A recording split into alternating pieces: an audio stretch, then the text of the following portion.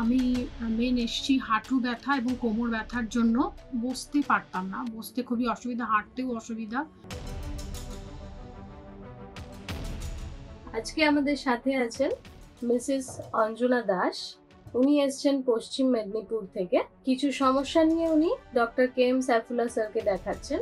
আসুন শুনে নিই ওনার অভিজ্ঞতাটা। নমস্কার ম্যাডাম। হ্যাঁ, নমস্কার। আমি মেন এসছি হাঁটু ব্যথা এবং কোমর ব্যথার জন্য।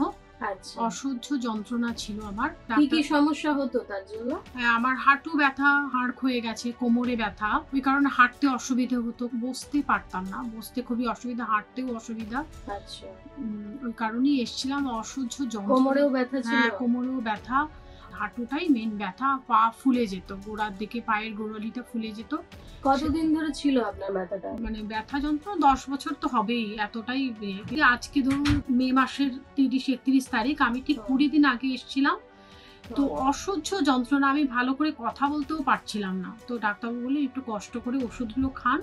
কিন্তু যাই করি না কেন, আমরা ওষুধের সাথে পথ্য ঠিকঠাক খেতে হবে। 8টা মানে 8টা, আর সন্ধ্যে 7টা মানে 7টার মধ্যেই রাত্রের খাবার খেয়ে নিতে হবে। খাবার এবং ওষুধটা যদি যথাপযুক্ত হয়, অবশ্যই রোগ ভালো হয়ে যাবে। বিশ্বাস এবং ভরসা রাখতে হবে, একদম ভালো হয়ে যাবে, ভালো হবেই। মেডিসিনের সাথে লাইফস্টাইলটাকেও ঠিক রাখতে হবে। আমাদের সবারই উচিত এই জিনিসটাকে মেনটেন করা। অবশ্যই, অবশ্যই। খুব ভালো লাগলো শুনে। আশা করছি আগামী দিনে আপনি সম্পূর্ণরূপে সুস্থ হয়ে যাবেন। এখন এমনিতেও আপনি অনেকটাই ভালো আছি। বেটার আছেন। অনেকটা। নমস্কার। নমস্কার। নমস্কার।